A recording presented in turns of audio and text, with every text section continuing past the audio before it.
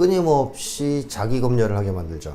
한국의 노조 조직률을 한번 보십시오. 양대 노총을 합쳐서 10% 정도밖에 안 됩니다. 북유럽 같은 나라들은 7, 80%가 넘습니다. 북유럽 노동자들은 노동자가 노동조합에 가입해서 활동하는 것이 노동자의 이익이 되고 또 그렇게 사는 것이 사람답게 사는 것이다 라는 걸 알고 있기 때문에 7, 80% 가입하고, 한국 노동자들은 그걸 몰라서 10%밖에 가입을 안 한다, 이렇게 얘기할 수 있겠습니까?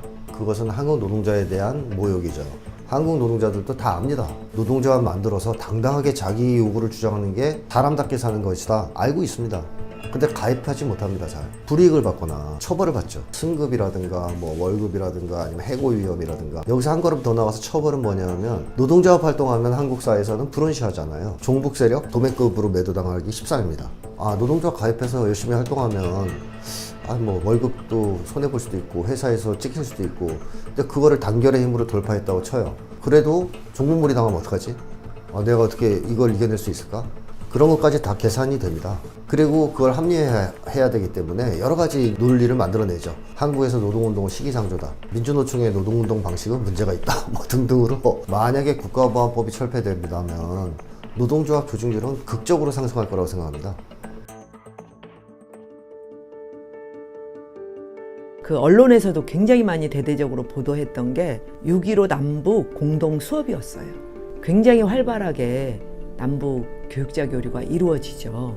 학생들을 만나서 북에 갔다 왔다는 이야기를 하면 아이들이 간첩이에요? 간첩이다! 이런 말을 합니다.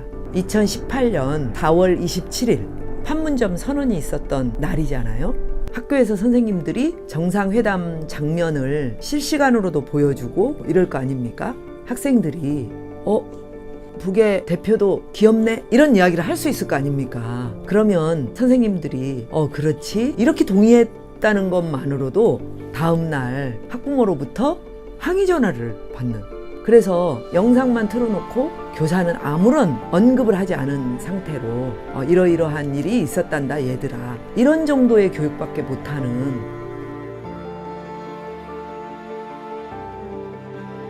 무상의료 무상교육 같은 거 말만 들어도 좋지 않습니까? 국민들에게 정말 도움이 되는 정책을 개발해서 그걸 주장하면 빨갱이는 몰아서 작사를 냈습니다. 그러면 그걸 뺍니다.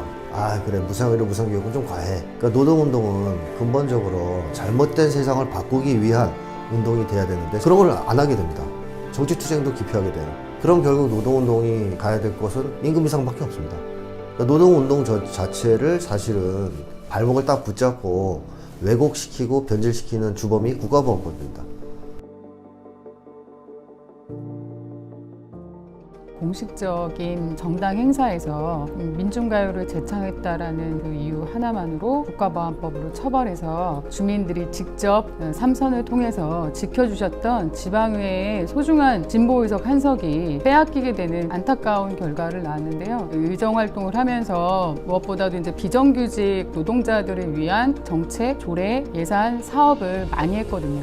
정규직 전환을 위한 농성을 진행하기도 했었고, 이분들을 실질적으로 우리 지역사회에서 정규직 전환하는 또 성과를 내기도 했었습니다. 지역에서 우리 노동자들의 기본권, 생활임금, 현장에서 사용자 간에 벌어지는 갈등들을 해결하는 역할도 또 지방의회 의원으로서 해왔었거든요. 그럼에도 불구하고 이런 것들이 가로막혀진 부분들이 정말 노동자 현장에 계시는 분들이 가장 또 답답해하시고 안타까우시는 일이고요. 아직도 그 현장의 문제가 해결되지 않은 비정규직 노동자들이 최근에도 시청 앞에서 1인 시위 피켓을 여전히 2년째 들고 계시는 걸 보면서 저도 정말 마음이 아팠습니다. 저처럼 노동자를 대변하는 정치인도 국가보안법으로 하루아침에 의원직이 박탈당할 수 있고, 촛불 정권이 지나왔지만 아직도 우리 사회에 큰 대전환이 이루어져야 되는데, 노동자분들이 힘이 커지면 또 어떠한 탄압이 기승을 할까? 저는 이제 남아있는 건 하나는 국가보안법이라고 생각합니다. 그렇기 때문에 노동자분들의 정치 세력화 그리고 사회 대개조를 위해서는 국가보안법은 반드시 폐지되고 가야 할 법이라고 생각합니다.